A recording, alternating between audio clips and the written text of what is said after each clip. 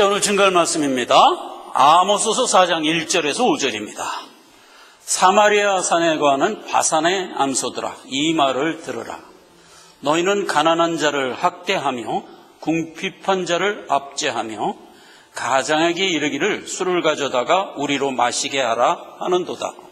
주 여호와께서 자기의 거룩함을 가리켜 맹세하시되 때가 너희에게 임할지라. 사람이 갈고리로 너희를 끌어가며 낚시로 너희 남은 자들을 그리하리라. 너희가 성문오진 대로 말미암아 각기 앞으로 바로 나가서 하루 만에 던지우리라. 이는 여호와의 말씀이니라. 너희는 베델에 가서 범죄하며 길갈에 가서 죄를 더하며 아침마다 너희 희생을 3일마다 너희 11조를 드리며 누룩 넣은 것을 불살라 순제로 드리며 낙헌제를 소리내어 광포하려무나. 이스라엘 자손들아, 이것이 너희의 기뻐하는 바니라. 이는 주 여호와의 말씀이니라. 아멘. 큰 궁들의 교만, 육종의 교만, 이런 의미입니다. 지난 주일에는 성탄주일로 한 주를 거르고 이제 다시 아모스서로 돌아왔는데, 지금까지 주관들이 신앙을 멀리하고 정욕대로 살았다 하는 것을 하나님이 지적해 줬어요. 이것이 사람들이 가지고 있는 가장 일반적인 성정들이에요. 그러니까 사람을 그냥 가만 내버려 두면 자기 좋은 대로 살아가요. 그래서 그걸 이제 성경은 정욕대로 산다 이렇게 표현을 하고요. 그게 하나님 모르고 사는 죄된 삶이죠. 그러한 가운데 살아가는 내 백성을 하나님이 간과하지 않으시고 그 육정을 꺾겠다 선언을 한 겁니다. 모든 택한 자는 자기 일생을 살아가면서 우리가 가지고 있는 육정의 성정을 하나님이 반드시 내 삶 안에서 꺾으세요. 반드시 꺾으세요. 이거 믿으시기 바랍니다. 꺾는 가운데 하나님은 내 백성의 온전한 영혼을 건져는 내셨다 이거예요. 어떻게 표현했죠? 지난주에 귀때기를 잡아서 끄집어냈고 다리 꼬다리를 잡아서 끄집어냈다 이거예요. 오물 가운데 빠져 있으니까. 오물. 그게 너무 더럽잖아요. 그러니까 하나님이 이렇게 끄져서 건져는 냈다 이거예요. 두 측면으로 얘기했죠. 또 다르게 어떻게 표현했죠? 비단 방석과 상아공 사이에서 건져냈다. 그러니까 육적으로 보면 불신 가운데 살아가는 삶이 언제나 쾌적해. 쾌락에 막 푹 쩔어 사는 거야. 그래서 비단 방석 가운데 건져냈다 하는 얘기 그 얘기고, 그 다음에 영적으로는 아니에요. 오물 가운데 빠져 있는 거예요. 푹 건져내면 하나님 손에 묻으니까 귀때기 잡아서 이렇게 건져냈다는 얘기예요. 이게 얼마나 이 사실적인 표현을 한 거예요. 그죠? 그렇게 해서 건져는 냈다 이거예요. 거기까지 이제 지난 시간까지 우리가 쭉 살펴왔어요. 자, 오늘 이 시간. 그렇게 건져냈다면 건진 채로 그냥 내버려 두는 건 아니죠. 하나님 교훈하는 거예요. 그 교훈의 내용이 오늘 본문 말씀에 담겨 있어요. 연말을 보내면서 어떻게 이러한 본문이 우리에게 이렇게 남았는지 이것도 참 은혜입니다. 1절, 너희가 바산의 암소들이래. 그래서 바산의 암소로서 한 짓거리를 보면 가난한 자를 학대하고 술 가져와 먹어라 이렇게 외치면서 살았대. 자, 이 얘기를 우리가 좀 살펴볼 거예요. 그게 뭐야? 그런 너희는 하루몬으로 던져놓겠다.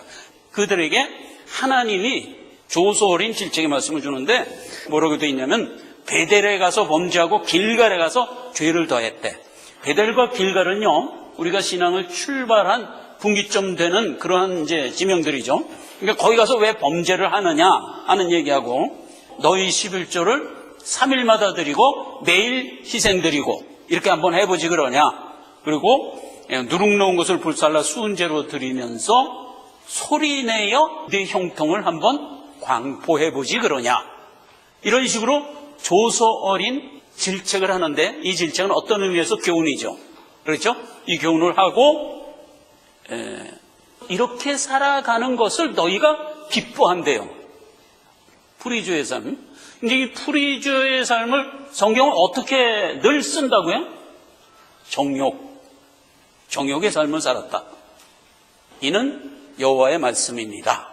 라고 끝을 맺는 겁니다. 그래서 건진받은 우리가 하나님의 이 강렬한 질책의 말씀을 교훈으로 받고 은혜를 받고자 하는 겁니다.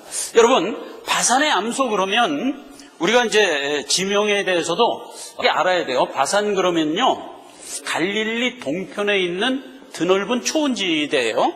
볼까요? 네. 여기가 사해고 여기가 갈릴리죠? 요 지역이 바산이에요. 여기에 암소들아 하는 얘기는 넓은 초원지대에 암소를 풀어서 먹이니까 암소가 얼마나 살찌우며 살았겠어요. 그러니까 이스라엘 백성들이 개 속에 푹 빠져서 사치와 연락 가운데 살쪄 있다는 거예요. 그래서 그 바산의 암소들아 들어라. 그러면서 뭘 지적했냐면 가난한 자를 학대하고 가장에게 이르기를 술을 갖고 와라 이렇게 얘기했대요. 그럼 이게 무슨 얘기냐면 현실 속에서 얘기하는 겁니다. 사회 지도 계층으로 있는 부자가 가난한 자에게 강포를 행했다 하면은 자비심이 없는 거죠. 무자비하게 살았다는 얘기예요. 무자비하게. 그리고 술 가져와라 하는 얘기는 불신으로 살자라고 외쳤다는 뜻이에요. 신학에 오면 항상 대비를 이렇게 합니다. 술 취하지 말고 성령의 충만함을 받아라. 이게 대비예요. 그럼 성령의 충만함이 무슨 뜻이에요? 성령과 동행하면서 살아라 하는 얘기니까 믿음 갖고 살아라 이 뜻이거든. 믿음 갖고 살아라와 대비되는 술 취하지 말라 이렇게 된 거니까 이게 불신이라고요. 해석은 분명한 거예요. 그러니까 바산의 암소들이 주변에 있는 사람들에게 술 가져와라 라고 외치면서 살았다 이거예요. 그러니까 야, 우리가 신앙 가질 거 뭐 있냐, 그냥 불신으로 살자 이러면서 사는 자들에게 이제 하나님이 질책한 거죠. 이스라엘 백성들이 여기 애굽에 있을 때 가나안 땅을 들어가고 있는 거예요. 그러면 출애굽을 할 때 여정이 그러니까 애굽 군대를 피해서 쫙 3일길을 와요. 이 길을 주야로 3일을 그냥 강행군에서 여기까지 와요. 애국 군대를 뒤쫓아온 거예요. 홍해가 앞에 가로막혀 있잖아요. 그래서 하나님이 홍해를 열어서 건너고 뒤쫓아오던 애국 군대는 물에 다 빠져서 죽었죠. 그렇게 해서 홍해 건너서 이제 구원을 얻은 거예요. 그리고 시내산에서 하나님한테 계명받고 거기가 광야죠. 광야를 빙 돌아서 가나안을 들어가려고 가는 거예요. 요게 다른 그림이고 보통 이제 성경 지도를 보면 요렇게 그린 그림도 있어요. 요게 잘못된 그림이에요. 시내산이 여기 있다는 거야. 그래서 완전히 잘못된 거고 이게 하도록이 만들어낸 거예요. 이렇게 된 게 틀렸다는 걸 언제 발견했냐면 1980년도에 발견됐어요. 얼마나 최근에 발견된 거예요. 근데 그럼 성경에 분명히 이렇게 기록되어 있는데도 불구하고 비하이롯에서 아라비아로 가라 이렇게 되어 있는데 갈라디아서도 아라비아에 시내산이 있다고 그랬거든. 그랬는데 시내산이 어떻게 여기 있다고 생각을 했을까? 그만큼 사람이 우매하더라고. 그 1260년간 우리가 모르고 사는 거예요. 그래서 저도 성지순례를 이 코스 따라서 간 거 아니에요. 헛 성지순례를 한 거예요. 여기 가니까 한국 사람이 라면 장사하고 있다니까. 산 꼭대기에서. 그래갖고 이제 이 헛 성지순례를 했어요. 지금 다시 성지순례하면 이 코스를 가야 되는데 못 가요. 왜 못 가냐면 여기가 사우디아라비아거든. 여기까지는 가는데 여기 시내산 뭐 이런 데를 못 가. 사우디아라비아 이 마귀들이 못 오게 해놨어. 그래서 지금 성지순례 못 가는 겁니다. 그래서 시내산 여기 가보면 여기 까맣게 탔지. 그리고 뭐 엘림 뭐 여러 가지 그 유적들이 여기 다 있어요. 근데 여기는 없어요. 아무 유적이 없어요. 보세요. 이스라엘 백성들이 홍해를 건너서 이렇게 와서 여기 요동강이잖아요. 가나안을 넘어서 들어가려고 바산대까지 왔어. 거기서부터 기록이 신명기에 어떻게 기록되는가 잠깐 봅시다. 신명기 2장 31절에 보면 바산에 왔더니 왕이 옥이야, 옥. 요 놈이 이스라엘 백성이 가나안 들어가려는 걸 못 가게 막았어요. 모세가 기도하니까 진멸해라. 그래서 옥을 진멸해 버렸어요. 거인족은 사흘이 진멸했어요. 뒤로 쭉 내려갔는데 여기 헤스본 있는 데까지 왔는데 헤스본엔 또 누구를 만났냐? 시혼이라는 왕을 만나요. 근데 시혼이 또 못 가게 막는 거야. 신명기 2장 31절에 하나님한테 물으니까 진멸해라 그래서 싹 진멸했어요. 두 번 진멸하고 그렇게 해서 갈 때 암몬과 모압과 에돔은 하나님이 진멸하지 말라 그랬어요. 그럼 어떻게 합니까? 삥 돌아가라. 그래서 삥 돌아가면서 40년이 걸린 거거든. 요거 정도는 하고 지금 본문으로 들어가려고 그러는 겁니다. 보세요. 가나안이라는 하나님의 명을 따라 가는 과정에서 만난 게 옥과 시혼을 만났어요. 근데 옥과 시혼은 하나님이 진멸시켜줬어요. 그 다음에 만난 암몬, 모압, 에돔은 하나님이 진멸하지 말고 피해가라 그랬어요. 그래서 진멸하지 않고 피해가는 바람에 40년 걸렸어요. 이렇게 된 그림이거든. 그럼 자 보세요. 바산의 옥과 헤스본의 시온은 이방족을 상징하는 불신이에요. 그러니까 우리가 신앙생활을 하면서 세상이 우리를 대적하는 죄성이 있어요. 믿지 못하게 막아요. 세상이 굉장히 많아요. 가시적으로 정치체제 중에서는 현재 공산주의 같은 거예요. 예수만 믿으면 그냥 잡아가는 거야. 불과 1970년대만 해도요, 동굴아파가 전부 공산권이었잖아요. 동굴아파에서는 성경을 소지만 해도 무기징역이야. 헝가리, 체코, 폴란드, 소련 이런 데가 다 그랬어요. 1970, 1980년대 먼 얘기가 아니에요. 그렇게 세상이 예수 믿는 것을 핍박해요. 이게 지금 이 그림에서는 바산의 옥, 헤스본의 시혼 얘기하는 거예요. 근데 하나님이 이걸 어떻게 한다? 진멸해버린다고요. 언제나 보면 역사 속에서 세상 악은 하나님이 진멸해요. 이게 역사 속에서 쭉 보면 계속 진멸하면서 왔어요. 바벨론, 헬라, 메데와 바사, 네 번째 짐승 로마까지 계속 하나님이 기독교를 대적하는 세력은 진멸하면서 여기까지 온 거예요. 그래서 최근의 공산주의도 1990년도에 진멸당하죠. 그래서 지금 공산주의의 뿌리가 남아서 중국, 베트남, 소련 이런 사람들이 있는데 기독교 핍박 안 해요, 지금은. 그런데 법은 아직 살아있어요. 예수 믿는 게 불법으로 법은 아직 살아있어. 그래서 이것들이 언제 또 마각을 드러낼지 우리가 모르는 상황이에요. 세상 악은 성도들 앞에서 진멸시켜줘요. 그러니까 역사가 증명하는 사실이에요. 그런데 에돔, 모압, 암몬은 어떻게 한다? 싸우지 말라 이거예요. 그럼 에돔, 모압, 암몬이 누구냐? 이스라엘 택한 자의 피부치들이죠. 암몬과 모압은 아브라함의 조카 롯의 자손들이고 에돔은 야곱의 형이잖아요. 믿는 성도들의 혈육이에요. 이러한 죄는 하나님이 진멸을 안 하는 거야.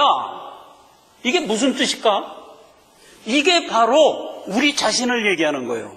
하나님이 우리를 구원하고 나에게 영을 살려서 살아가게 해요. 근데 내 안에 뭐가 아직 남아있어요?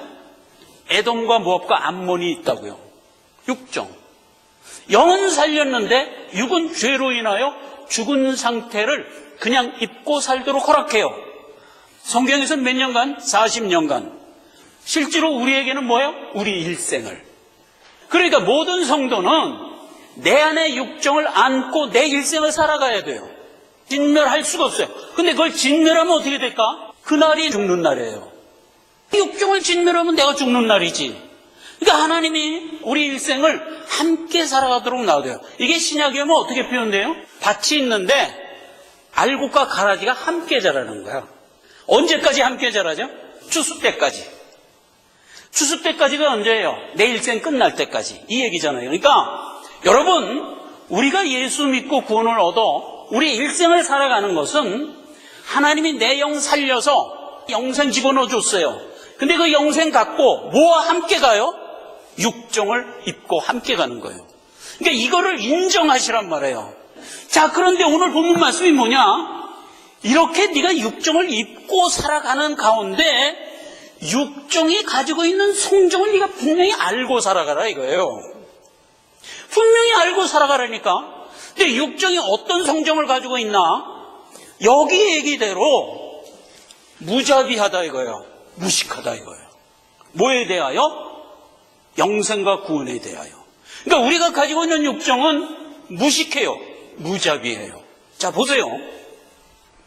출애굽기 34장 6절을 보면 여호와께서 그 앞으로 지나시며 반포하되 여호와로라 여호와로라 자비롭고 은혜롭고 노하기를 더디하시고 인애가 풍부하신 분이라. 하나님을 그렇게 표현했어요, 모세가. 이거는 시내산에서 율법 두 번째로 받아갖고 나올 때 모세가 노래한 노래예요. 여호와께서는 은혜롭고 자비하시고 노하기를 더디하시고 인애가 풍부하시도다. 요거 쉽지만 외기가 어려워. 은자노인, 은혜롭고 자비롭고 노하기를 더디하시고 인애가 풍부하시다 이거예요. 이게 하나님의 성품. 구약에서는 모세가 은자노인 이렇게 표현을 했지만 신약에 와서는 로마서 5장에 이렇게 기록되어 있어요. 6절에 우리가 아직 연약할 때 기약대로 하나님이 오셨다. 7절에 우리가 아직 죄인 되었을 때 그리스도께서 십자가에 달리셨다. 10절에 우리가 아직 원수 되었을 때 그 아들의 죽으심으로 우리에게 영생을 주셨다. 보세요. 하나님이 얼마나 자비로우세요. 할만해서 우리에게 영생 줬나? 가만 보니까 싹이 괜찮아 보여서 영생 줬나? 아니라니까. 아직 연약할 때, 아직 죄인 되었을 때, 아직 원수 되었을 때 십자가에 못 박혀 죽으심으로 우리를 구원하여 영생을 주시고 이 일로써 하나님이 자기의 사랑을 우리 앞에서 확증하셨느니라 이 말이에요. 그렇죠. 그렇게 해서 우리가 구원을 받았으니 우리에게 구원을 베푼 하나님이 얼마나 자비로워요. 너희가 영생을 얻었으면 마땅히 너희도 하나님의 성품 갖고 살아야지. 그렇죠? 그래서 우리는 무자비하면 안 돼요. 무자비하다는 게 무슨 뜻이에요?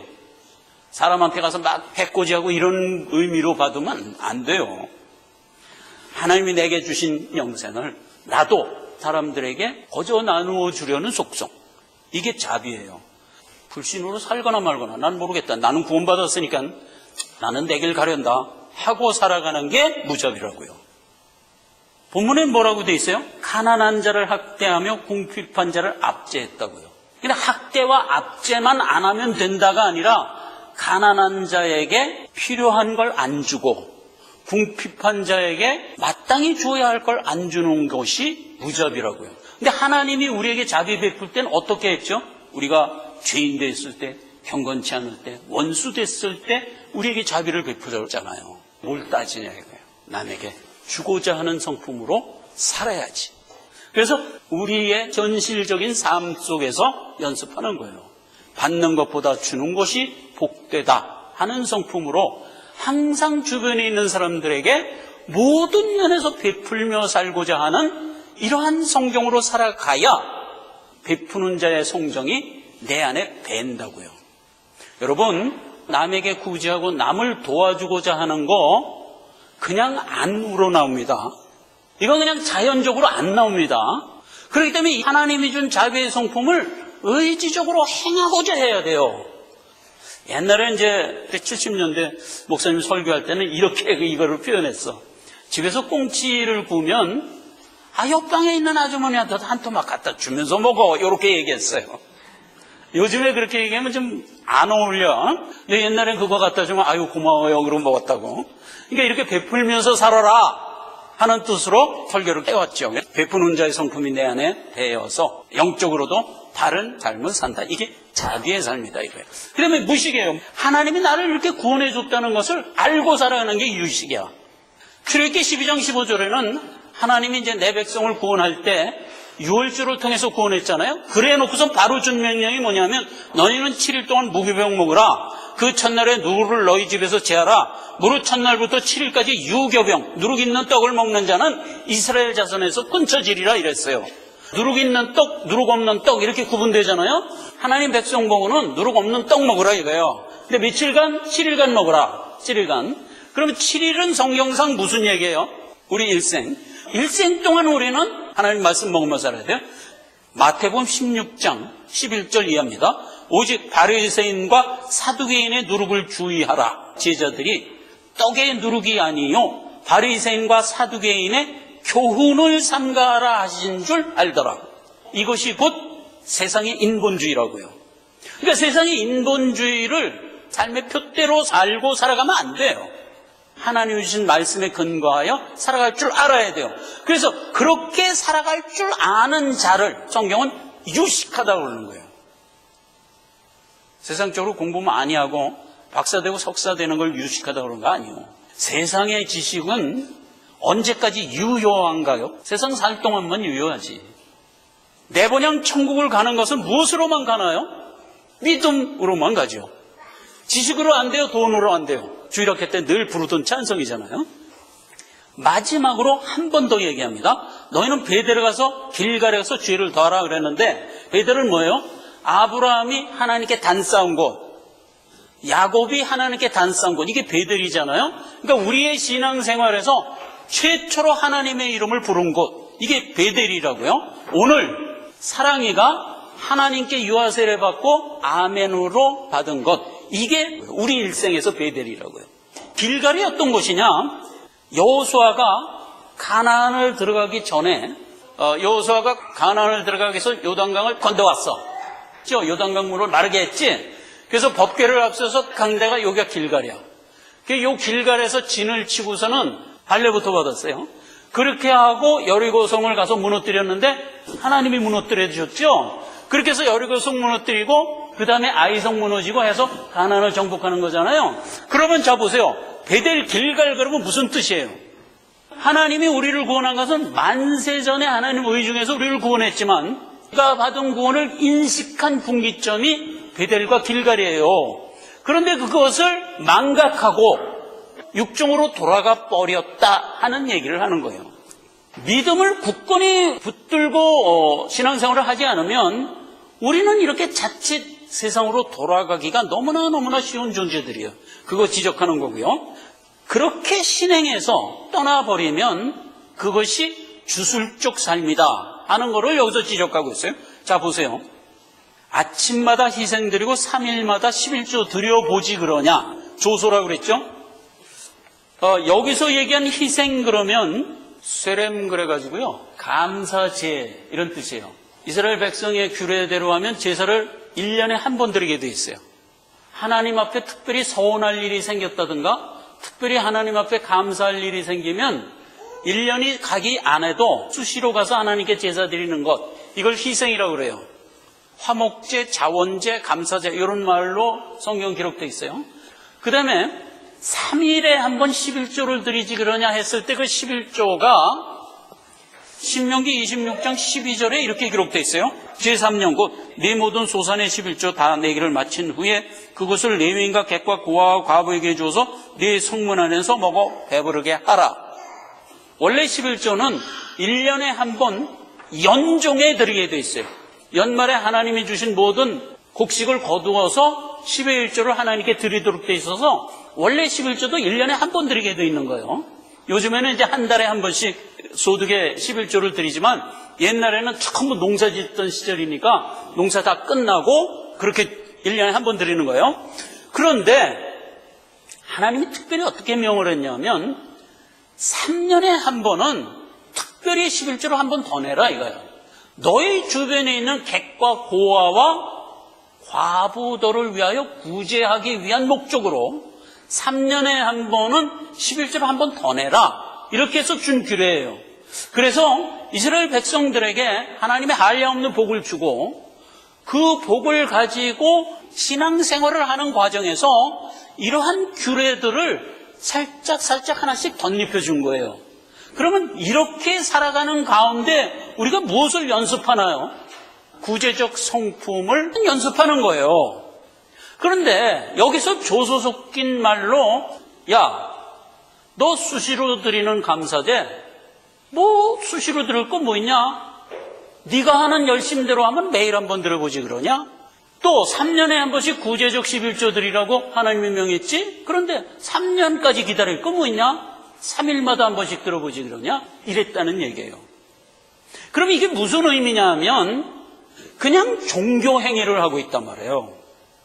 내가 감사할 일이 있어서 하나님께 나가서 드리면 그건 마땅한 거죠. 그런데 그렇게 하지 않고 감사제 자체로 하나님께 복을 받을 줄 안다면 이거는 외식이고 주술이죠.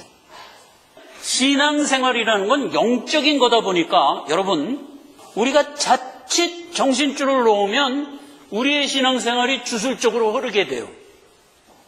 특히 대한민국 사람들이 전 세계인들보다 이 주술적인 면이 더 강해. 신앙생활을 명쾌하게 말씀을 가지고 합리적으로 깨달아 가지 않는 한 우리는 언제라도 주술에 빠질 수가 있어요. 여러분, 제가 최근에 다니던 교회의 목사님이 젊은 목사님이신데 그 목사님 아버님 세대에 간증을 하시는 걸 제가 들었어요. 70년대, 80년대 얘기를 하는 거예요. 그때 이 아버님이 폐병에 걸린 거야. 70년대, 80년대만 해도요, 폐병이 많았어요. 그리고 폐병 걸리면 거의 죽었어요. 그래서 저도 직장 생활할 때 71년대 내 옆에 바로 내 직원이 폐병이 걸린 거야. 건강검진 있잖아요. 그 회사에서 하는 거. 그 건강검진에 갔는데 폐병으로 확인이 된 거야. 그러니까 얘가 어떻게 했는지 알아요? 그 절두산에 있는 한강변에 가서 목 매달아 죽어버렸어요. 그 당시에 폐병 걸리면 죽는 줄로 다 알기 때문에 이제 나 인생 희망이 없구나. 그러고 자살해 버렸다니까는. 그런데 이 목사님이 폐병 걸린 거야. 그래갖고 이게 막 상기까지 가갖고 꿀꺽꿀꺽 피를 토하면서 이제 앉아있는 거야. 그러니까 이제 이 목사님과 얼마나 기도를 했겠어요. 하나님, 나를 폐병 걸려서 죽게 하실 겁니까? 아니면 이거 낫게 해서 나로 하여금 목사 임직하게 해 주십시오 하고 늘 기도를 하면서 있는데 어느 날 마태복음 8장을 읽으면서 하나님이 너의 연약을 담당했다 하는 말이 꽂히면서 그 자리에서 폐병이 나버렸어요. 피로 꿀꺽꿀꺽 토하다가 그 자리에서 폐병이 난 거를 본인이 느꼈어요. 여러분, 혈루증 여인이 옷가에 손 딱 대자 본인이 느꼈다 그랬죠? 은혜를 받은 본인이 느껴요. 그래갖고 그때부터 이 목사님에게 신유의 은사가 덧입혀진 거야. 여러분, 신유의 은사가 그 70년대, 80년대에는 목회자들 사이에 많았어요. 사모의 그 구약학 교수는 폐병이 걸려가지고 거의 죽을 상황이 있는데 하나님의 은사로서 폐병이 낫고 목사가 됐거든요. 신유의 은사가 임해갖고 아주 그냥 신유의 은사를 많이 행사하면서 초창기 목회를 했어요. 그렇게 한 몇 년을 했는데 이 목사님한테 내가 물어봤어요. 한번 우리 집에 오셨을 때 한번 물어봤어요. 목사님, 그때 신유의 은사가 그렇게 막 역사할 때 어떻게 하셨어요? 그래서 기도하면 그냥 병이 막 낫더라. 그래서 그럼 그 은사가 왜 지금은 안 하십니까? 그랬더니 그렇게 한 몇 년 하고 나니까 하나님이 그냥 자연스럽게 걷어가 버리고 마시더라. 그리고 남는 거는 말씀만 남더라. 말씀이 아주 좋아, 그 목사님이. 그래서 이제 말씀으로만 쭉 지금까지 사역하고 지금도 사역해요. 자기가 신유의 은사를 받으면 일정 기간 신유의 은사가 역사돼요. 그리고 싹 없어져요. 결국 중요한 건 뭐예요? 말씀이에요. 말씀. 자, 그런데 이 목사님이 이제 신유의 은사를 받은 거야. 피를 꾹꾹꾹꾹 쏟다가 신유의 은사를 받아갖고 부흥회를 가갖고 막 그 은사 집회를 한 거야. 그러니까 이제 교인들 중에서 아픈 사람들 막 병이 빵빵 났고 이제 큰 역사가 일어났어요. 그러고 이제 부흥회 끝나고 이제 밥을 먹잖아요, 저녁에. 그래서 성도들이 이제 맛있게 차린 밥을 그때 마침 그 목사님이 속이 좀 안 좋아갖고 좀 남겼어. 밥을 남깁니다. 그리고 남겨서 나갔는데 뭐가 식당에서 우르랑쾅쾅하고 막 소리가 나는 거야. 그래서 도대체 무슨 소리야 가보니까 세상에 요 성도들이 그 목사님이 남긴 밥 쟁탈전이 벌어진 거야. 서로 내가 가져가려고. 꽤 신령한 목사님이 먹던 밥이니까 그거 내가 먹으면 복 받을 줄 아는 거야. 그래갖고 그냥 성도들이 아기 다툼이 벌어져갖고 그 밥을 이제 뺏어가려고 그러는 거를 목사님이 딱 본 거야. 털퍼덕 주저앉은 거야, 목사님. 아이고 주여, 내가 잘못됐습니다. 하나님이 나를 살려주셨으면 말씀 증거하라고 하셨는데 내가 신유의 은사 집회하면서 돌아다녔습니다. 깨달았습니다. 내일 다시는 말씀 이외에 다른 것으로는 목회하지 않겠습니다. 결정을 해버린 거야. 그 모양을 보고. 여러분, 신앙생활이 정확하게 하나님이 주시는 말씀 가지고 하지 않으면 우리는요 이렇게 연약해요. 언제라도 주술적으로 빠질 수 있어요. 언제라도 빠질 수 있어요. 그러면 여러분 택함 받았기 때문에 혹 죄 중에 떨어져도 망하진 않아요. 그러나 하나님 앞에 얼마나 민망해요. 그래서 성경은 이 얘기를 합니다. 에베소서입니다. 4장 14절. 이는 우리가 이제부터 어린아이가 되지 아니하여 사람의 괴술과 간사한 유혹에 빠져 모든 교훈의 풍조에 밀려 요동치 않게 하려 함이라. 여기서 사람의 괴술 무슨 뜻이냐면 복불복 이런 뜻이에요. 복불복 그러면 예능에서 재미로나 하는 거지. 주사위 탁 굴려서 3이 나오면 너는 야외 치찜, 6이 나오면 실내 치찜. 이거 복불복 재미로나 하는 거지. 세상에 이거를 우리 인생의 길잡이로 쓰면 돼요. 이런 멍텅구리가 되면 돼요. 그러지 말라는 거잖아요. 이 얘기를 성경 우리에게 주는 겁니다. 그 다음에 외식적이에요. 외식적인 거는 하도 우리가 여기에 잘 빠지니까 주님이 친히 교훈했어요. 마태복음 6장 1절입니다. 사람에게 보이려고 그들 앞에 나가서 너희 의를 행치 않도록 주의하라. 그렇지 않으면 하늘에 계신 너희 아버지께서 상을 얻지 못하느니라. 너는 기도할 때 네 골방에 들어가 문을 닫고 은밀한 중에 계시는 내 아버지께 기도하라. 은밀한 중에 보시는 내 아버지가 갚으시리라. 이 기도와 관련해서 우리가 외식을 좀 살펴보자고요. 기도 그러면 하나님과 나와의 1대1의 관계죠. 그러면 기도를 어디 가서 해야 할까? 하나님과 나와의 1대1의 관계이기 때문에 언제나 사람 없는 구석, 골방 이런 데 찾아 들어가서 하는 게 원래 원칙이에요. 여러분 기도 많이 하는 사람 내 가족 중에 있다고 가정해 봅시다. 예를 들어서 우리 아버지가 기도를 많이 하는데 가족 중에서 우리 아버지 기도하는 거를 나는 한 번도 본 적이 없는데 이게 옳은 거예요. 기도를 보통 하루에 거의 2시간 가까이 해. 그런데 온 가족이 우리 아버지 기도하는 거 한 번도 본 적이 없어. 우리 집사람 이제 금식기도 자주 하는데 같이 사는데도 나 지난주에 금식기도 했어. 그럼 그때 아는 거야 내가. 너 언제 금식을 했냐? 같이 밥 먹는데도 내가 모르는 거야. 이렇게 하는 게 바른 기도예요. 왜? 하나님과 나와의 은밀한 관계거든. 은밀한 관계로 하나님께 간구하는 것을 하나님이 들으시리라. 그런데 보세요. 사람에게 보이려고 하나님과 나와 친밀한 관계에 있다는 것이 기도 속에는 배어 있잖아요. 그러니까 그걸 사람에게 보이고 싶어 한다고. 그래갖고 바리새인들이 한 짓거리가 뭐예요? 시장 어귀에서 주여 하면서 기도하는 거야. 근데 사람들이 저 사람 경건한 사람이네. 그리고 추앙하는 거야. 이러면 이거는 기도가 아니라 외식이다 이거예요. 신행이 아니라 종교생활이지. 그래서 요한복음 7장 23절에는 모든 것을 외모로 판단하지 말고 하나님의 말씀 안에서 판단할 줄 알아라. 이렇게 교훈을 한 겁니다. 자, 여러분, 우리를 육정에서 헤매고 있는 가운데 하나님이 건져서 하나님 곁에 뒀어요. 건졌으면 하나님이 교훈하는 겁니다. 네가 가지고 있는 육정이 이런 속성이 있다 하는 것을 본문에서 우리에게 알려주고 있다 하는 겁니다. 말씀을 맺습니다. 성도가 믿음 갖고 살아가는 것은 육정을 입고 진리 가운데 살아가는 겁니다.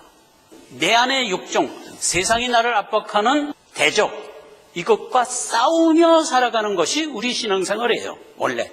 그래서 영적인 싸움이다. 이 영적인 싸움을 하는 데 있어 내 속에서 끊임없이 나오는 죄성을 인식할 줄 알아야 돼요.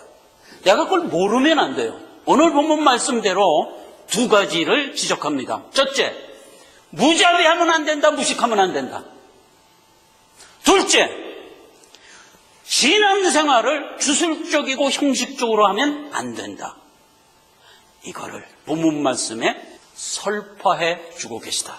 오늘 1년을 마감하면서 하나님 앞에 신앙생활을 하면서 여기까지 왔어요. 과연 우리가 한 신앙생활에 무자비한 요소는 없었는지, 무식한 요소는 없었는지, 형식적이고 주술적인 개념으로 주를 믿겠다고 나간 적은 없었는지, 다시 한번 내 자신을 점검하고 앞으로 오는 새해에 더 굳건한 믿음 갖고 가기로 결단하고자 하는 겁니다. 기도하겠습니다. 아버지 하나님 은혜를 감사드립니다. 하나님 한 해를 마감하면서 하나님이 주시는 교훈의 질책을 받고 은혜를 받고 돌아갑니다. 우리에게 허락한 일생 하나님이 주시는 말씀 가운데 깨달으며 나갈 수 있도록 역사하시옵소서. 예수님의 이름으로 기도했습니다. 아멘.